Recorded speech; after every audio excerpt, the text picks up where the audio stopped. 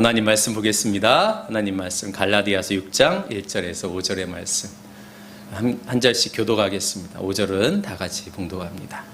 교우 여러분, 어떤 사람이 어떤 죄에 빠진 일이 드러나면 성령의 지도를 받아 사는 여러분은 온유한 마음으로 그러한 사람을 바로잡아주고 자기 스스로를 살펴서 유혹에 빠지지 않도록 조심하십시오. 여러분으로서 남의 죄를 저어주십시오. 이런 방법으로 그리스도의 복을 성취하십시오. 어떤 사람이 아무것도 아니면서 무엇이 된 것처럼 생각하면 그는 자기를 속이는 것입니다. 각 사람은 자기의 행실을 살펴보십시오. 그러면 자기에게 잘못을 하더라도 남에게까지 잘할 것은 없을 것입니다. 함께 봉독합니다. 사람은 각각 자기 몫의 짐을 져야 합니다. 아멘. 오늘은 온유한 사람들, 성령의 9가지 열매 중에 8번째죠. 온유한 사람들이라고 한 제목을 함께 은혜를 나누겠습니다.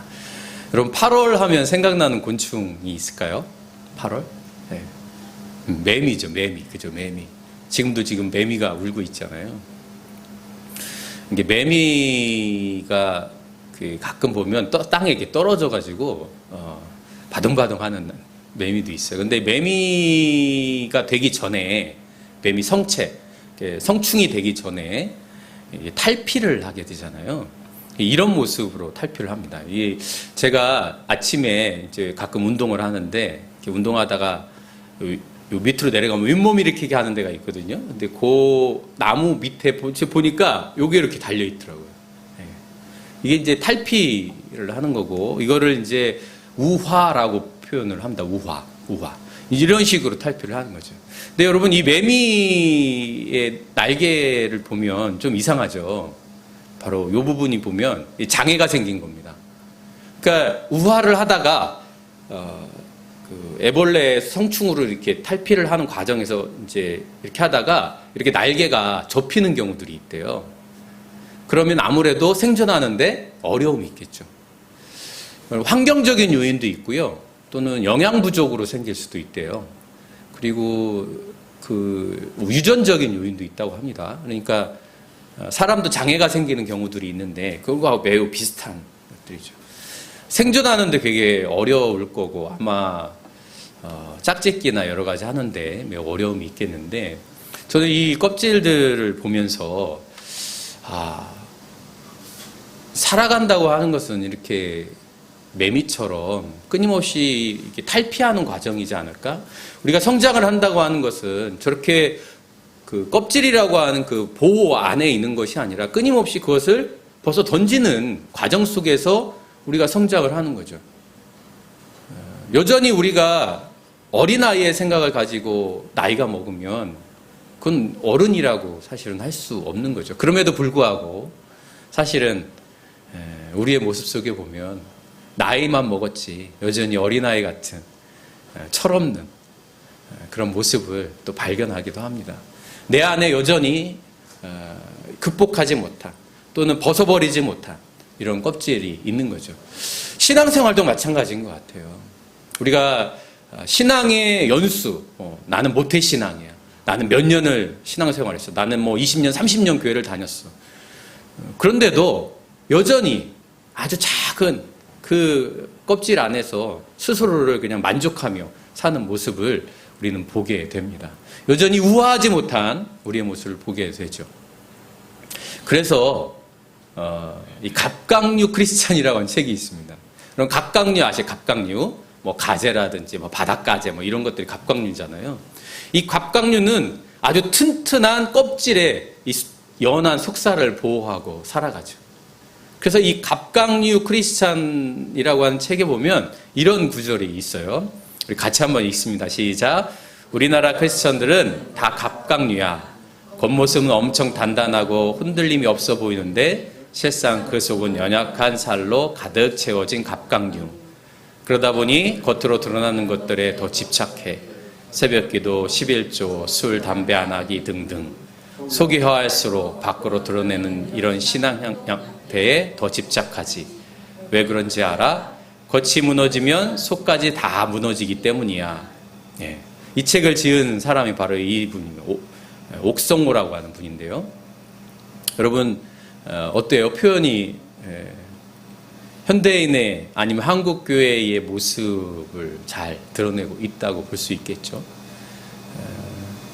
속이 비니까 겉만 번지를 하려고 하는, 그 겉이 무너지면 존재 자체가 무너지는 것처럼. 근데 사실 그 겉이 무너져야 잘하는 거죠. 이 옥성호라고 하는 분은 우리가 잘 아는 아주 한국에서 유명한 목사님의 아들입니다. 사랑의 교회 옥하는 목사님의 아들이에요. 지금은 사랑의 교회를 개척하신 분이 이 옥하는 목사님이잖아요. 제자 훈련으로 유명하죠. 그럼에도 불구하고 이 옥성호 씨는 한국 교회의 신앙의 형태가 이 갑각류 크리스찬이라고 하는 표현처럼 그렇게 끊임없이 자기 그것을 보호하기 위해서 끊임없이 본질을 추구하기보다는 그 화려한 그것만을 추구한 신앙의 모습을 담고 있다라고 하는 의미로 이 갑각류 크리스찬이라고 하는 책을 3권을 냈습니다. 레드, 화이트, 블랙 뭐 이렇게 해가지고 아주 오래된 책이긴 해요. 그럼에도 불구하고 되게 시사점이 있다라는 생각이 듭니다.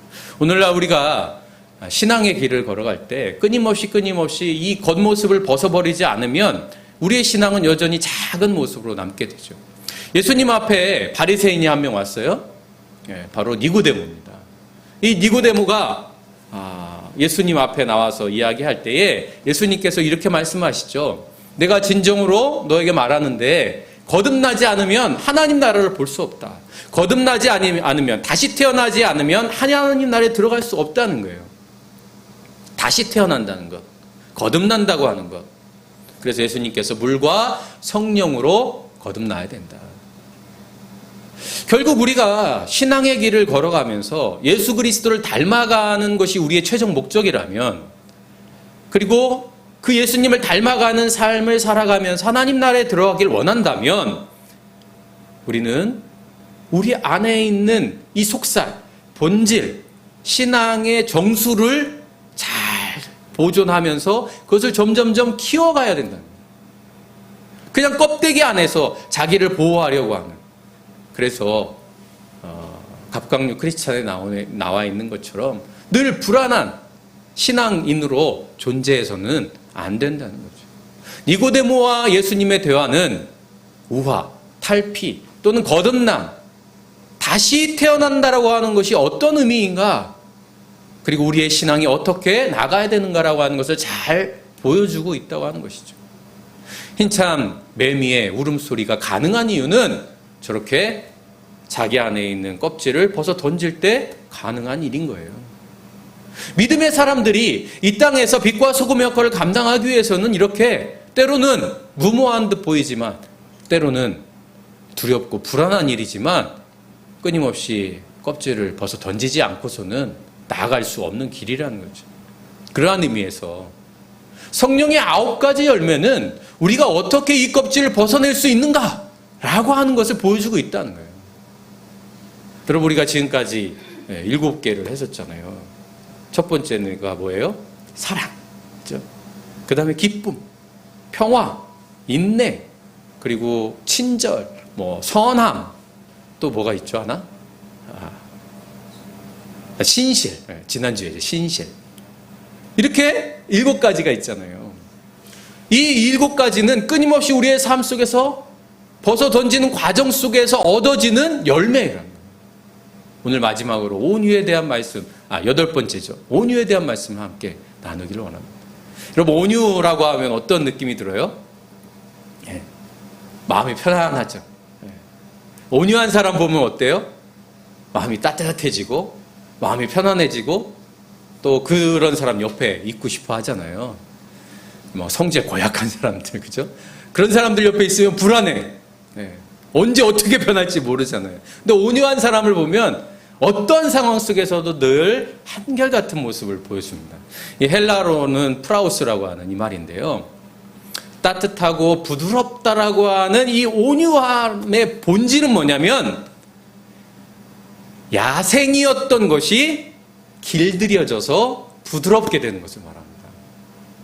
이 프라우스라고 하는 이 헬라어는요, 아주 야색, 아주 본능적이고, 자기의 성격이나 이런 것들을 아주 본능적으로 내는 그러한 존재에서 길들여져 가지고 부드럽게 되어지는 것을 온유, 이렇게 표현을 합니다. 길들여진다고 하는 것. 좀 부정적인 의미처럼 느껴지긴 하지만, 어린 왕자에서 보면 이 여호와의 대화에서 이렇게 말하죠. 어린 왕자가 여호에게 나랑 놀자 이렇게 이야기하니까 여호가 뭐라고 해요? 놀 수 없다는 거예요. 왜냐하면 나는 너에게 길들여지지 않았기 때문에. 길들여진다라고 하는 것은 너에게 복종하거나 또는 너의 입맛에 맞춘다는 의미가 아닙니다. 길들여진다라고 하는 것은 서로의 삶의 의미로 다가가는 것이죠. 그래서 이 세상에 오직 하나밖에 없는 존재가 되어지는 거예요. 그래서 그것은 사랑인 것이죠. 길들여진다라고 하는 것은 서로에게 의미가 되어질 뿐만 아니라 존재와 존재가 만나고 함께 서로를 존중해주며 함께 길을 걸어가는 것이죠. 사랑하는 남은교회 성도 여러분, 온유하다라고 하는 것은 죄인된 우리가 예수님의 은혜로 길들여져서 서로에게, 나는 예수님에게, 예수님은 나에게 아주 중요한 삶의 의미로 다가오는 것을 말합니다. 그럴 때 우리는 나의 죄된 본질들을 점점점 사라지고 예수님을 닮아가는 삶의 모습을 보게 되어지는 것이죠. 성경에 보면 하나님께서 가장 온유하다고, 이 세상에서 이런 온유한 사람이 없다고 한 사람이 있죠. 모세입니다. 모세, 그죠? 이 모세가 왜 이런 말을 들었느냐? 미리암과 그리고 아론이, 이 모세가 구스 여인, 이방 여인이, 구스가 이 흑인 여성이라고 표현을 하는데, 어찌됐건 그 이방 여인을 아내로 삼으니까 아론과 미리암이 화를 냅니다. 이방 여인을 아내로 삼았으니까. 그런데 모세는 아무 말도 하지 못해요. 그러니까 하나님이 딱 등장합니다. 하나님이 등장해서 모세와 아론과 그리고 미리암을 회막, 성막으로 데리고 와요. 그러면서 이렇게 이야기하세요. 미리암과 아론, 그들도 굉장히 공동체 안에 중요한 역할을 맡고 있는 사람들이잖아요. 그리고 모세의 형제란 말이에요. 내가 예언자나 너희들에게는 꿈과 환상으로 내가 보여줬지만 모세에게는 직접 대면해서 분명하게 보여줬다라고 이야기합니다. 이 말이 무슨 말이에요? 모세는 아론과 미리암과 다르다는 거예요. 그러니까 하나님께서 모세의 편을 들었다고 볼 수 있는 거죠. 그러한 과정 속에서 모세는 아무 말도 하지 않아요. 그리고서 우리가 잘 아는 것처럼 미리암이 나병에 걸리죠. 병에 걸립니다. 그때 모세가 등장하기 시작합니다. 모세가 하나님 앞에 무릎을 꿇고, 하나님, 미리암의 병을 고쳐주옵소서. 여러분, 이 모습은요, 모세가 예전에 애굽에 있었던 모습과는 완전히 다른 모습이에요. 여러분, 모세가 어떻게 미디안 광야로 가게 됐습니까? 애굽에서 종살이하던 자기 동족 히브리 민족들이, 애굽 사람들이 막 채찍으로 때리고 구박하고 못 살게 굴고 이러니까 모세가 분이 나가지고 히브리 그 민족을 위해서, 자기 민족을 위해서 애굽의 병사들을 죽이게 되잖아요. 죽이는 것뿐만 아니라 어떻게 하냐면 숨깁니다. 그러니까 살인을 은폐하려고 숨기는 거죠. 그리고 나서 미디안 광야로 도망을 가는 거예요. 여러분, 이때의 모세를 생각해 보면 지금 하나님 앞에 미리암의 병을 낫게 해달라고 하는 이 모세의 기도는 상상할 수 없는 일이죠. 그만큼 모세의 마음이 달라진 거예요. 새로운 존재가 된 거죠. 애굽에 있었던 자기를 보호해줬던 그 껍질을 벗어 던지고 하나님께 길들여진 존재로, 하나님의 뜻을 이루기 위한 존재로 자신의 삶을 바꿔나가요. 야생에 있었던 자기의 모습을 하나님의 뜻에 합당하게 길들여진 존재로 서 있는 것이 모세인 거예요. 그것이 바로 온유라고 하는 겁니다. 그러면 이 온유는 오늘 어떻게 등장할 수 있을까? 어떻게 우리는 길들여진 모습을 세상에 나타낼 수 있을까? 여러분 1절 말씀 우리 같이 한번 읽습니다. 다시 시작. 교우 여러분, 어떤 사람이 어떤 죄에 빠진 일이 드러나면 성령의 지도를 받아 사는 여러분은 온유한 마음으로 그런 사람을 바로잡아주고 자기 스스로를 살펴서 유혹에 빠지지 않도록 조심하십시오. 아멘. 성령의 지도를 받아 사는 여러분, 성령의 이끄심을 받아 살아가는 믿음의 사람들, 온유한 마음으로 첫째는 죄에 빠진 사람을 바로잡아준다는 거. 온유한 사람은요, 죄에 빠진 사람을 바로잡아줍니다.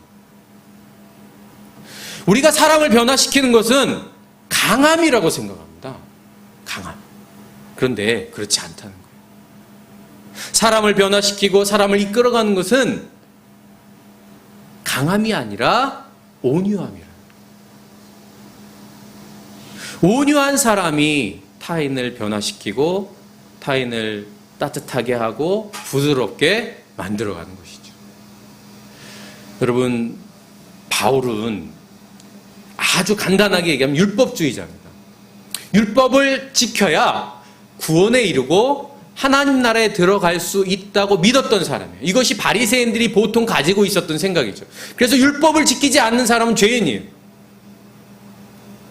그런데 바울이 율법에 의해서 바뀌었습니까? 그렇지 않아요.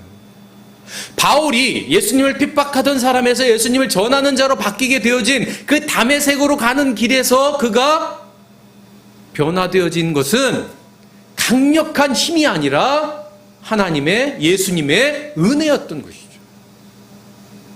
은혜만이 우리를 변화시킵니다. 그런데 그 은혜는 온유한 형태로 나타나는 거예요. 강력한 힘이 사람을 변화시키는 것이 아니라 온유함이 사람을 변화시킨다고 하는 이 사실이 오늘 우리가 살아가는 현장 속에서, 가정에서, 직장에서 드러날 수 있기를 간절히 바랍니다. 그렇다고 해서 바울이 율법이 필요 없느냐? 그렇게 말하는 것이 아니에요. 바울은 이렇게 말합니다. 율법이 있기 전에도 죄가 세상에 있었으나 율법이 없을 때에는 죄를 죄로 여기지 않았습니다. 율법의 역할은 뭐냐? 이것이 죄인가 죄가 아닌가 라고 하는 것을 분별하는 데 있다는 거예요. 여러분, 법이 세상을 변화시킵니까? 물론 그런 부분도 있죠. 그러나 여러분, 법은 이것이 죄인가 아닌가를 구별하는 구별을 대 기준일 뿐이에요. 우리의 삶을 진정 변화시킨 것은 그 법이 아니에요. 오히려 그 법을 지키며 따뜻함으로 다가가는 사람들에 의해서 바뀌어지는 것이죠. 사회가 바뀌는 것은 강력한 법으로, 예를 들면 사람들이 교통법규를 잘 안 지키니까 벌금을 그냥 5만 원이 아니라 뭐 10만 원, 50만 원 막 이렇게 하면 사람들이 잘 지킬 것인가? 물론 그럴 수도 있죠. 예전에 그런 일이 있어요. 담배를 많이 피니까 담배값 올리면 사람들이 담배를 좀 덜 피지 않을까? 그런데 어때요? 피는 사람은 핍니다. 우리가 죄를 몰라서 죄를 짓느냐? 그렇지 않아요. 물론 이것이 죄인가 죄가 아닌가를 아는 것은 중요합니다. 그러나 우리를 정말 바꾸어내는 것, 저와 여러분이 변화되는 것은 율법이 아니라 하나님의 은혜라고 하는 사실을 바울은 알았어요. 그것을 깨달았어요. 그래서 더 이상 율법주의자로 남지 아니하고 우리를 변화시키는 것은 하나님의 은혜라고 하는 것을 고백합니다. 그래서 하나님 앞에, 사람들 앞에 내가 예전에는 핍박자고 회방자고 사람들을 괴롭히는 사람이었습니다. 그런데 주님의 은혜로 내가 회방자, 핍박자에서 주님을 전하는 사람이 되었습니다 라고 고백하는 거예요. 사랑하는 남교회 성도 여러분, 많은 이들에게 온유한 사람이 될 수 있기를 바랍니다. 여러분이 온유한 사람이 되어질 때에 여러분을 통해서 수많은 생명들이 변화되어지고 하나님의 형상을 닮아가는 자로 서게 될 줄로 믿습니다. 온유함은 그렇게 사람을 변화시키는 거예요. 그래서 때로는 강함이 최고인 것처럼 생각하지만, 그렇다면 예수님이 십자가 질 이유가 뭐가 있겠습니까? 예수님은 가장 연약한 모습으로 십자가에 달리셨죠. 그것이 세상을 변화시키고 제자들을 변화시키고 수많은 이들에게 새로운 생명의 구원의 통로가 되지 않습니까? 오늘 우리가 온유한 사람으로 선다는 것은 바로 그러한 일인 거죠. 그럼에도 불구하고 여러분, 우리는 강한 것에 대한 유혹이 참 늘 있습니다. 그래서 뭔가 강력한 것으로 이렇게 해야 제재를 가하거나 이래야 될 거란 생각을 갖게 되죠. 그러나 성경은 그렇게 말하지 않습니다. 온유한 사람만이 세상을 아름답게 변화시킨다. 두 번째로, 온유한 사람은 스스로를 성찰합니다. 자기를 바라볼 줄 아는 것이죠. 여러분, 모세가 온유한 사람이 될 수 있었던 이유는 바로 미디안 광야에서 40년의 삶이었습니다. 그가 애굽 병사들을 죽이고 미디안 광야로 도망왔을 때에 그 40년이라고 하는 시간은 자신의 삶을 돌아보는 시간이었어요. 40년의 애굽 생활과 40년의 이 미디안 생활 사이에서 모세가 변화되어진 것은 바로 온유한 사람으로 바뀌었습니다.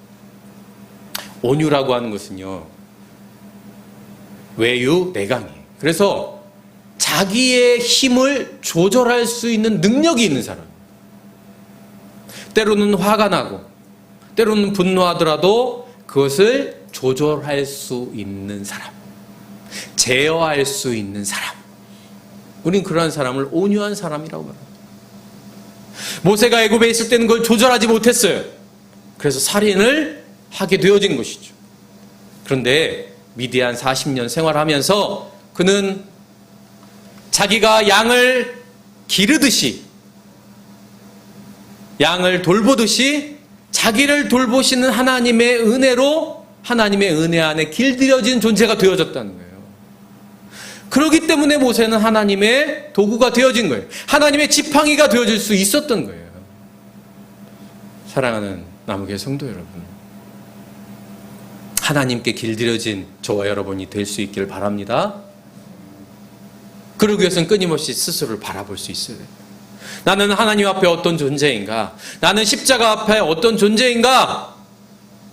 그것을 끊임없이 바라볼 때에 우리는 하나님께 길들여진 존재로 설 수 있는 것이죠.